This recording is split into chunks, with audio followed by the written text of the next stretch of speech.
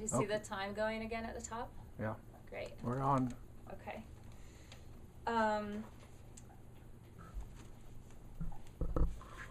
So let's see, where was I gonna go with that?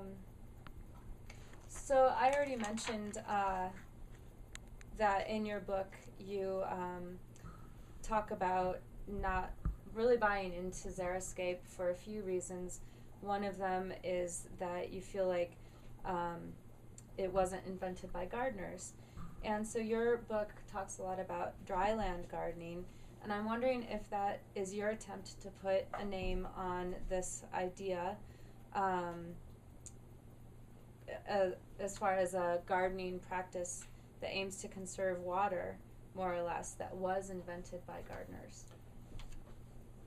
Well, yeah, dryland gardening, if you talk about a dryland farmer, you talk about somebody who doesn't irrigate the crops. So dryland gardening should be gardens that you don't water. And it's not my idea.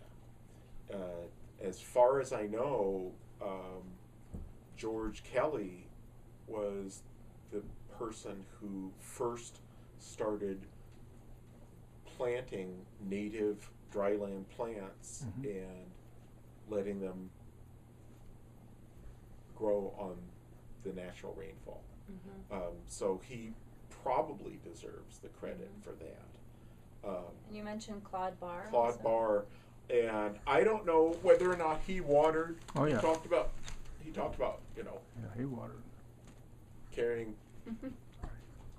buckets full of water to his garden, things like that. But as far as I know, the Petersons' garden in Littleton, the plantings of native plants that they did, that they got from George Kelly, was the first example of a garden that was. The thrust is gardening and not water conservation here. Okay. It just to grow these plants because they're cool plants. Yeah. And stuff. Water conservation is an entirely different issue. Yeah. And how do you feel about that issue? It's just a non-issue, maybe. Well, I think I have to let someone out. Okay.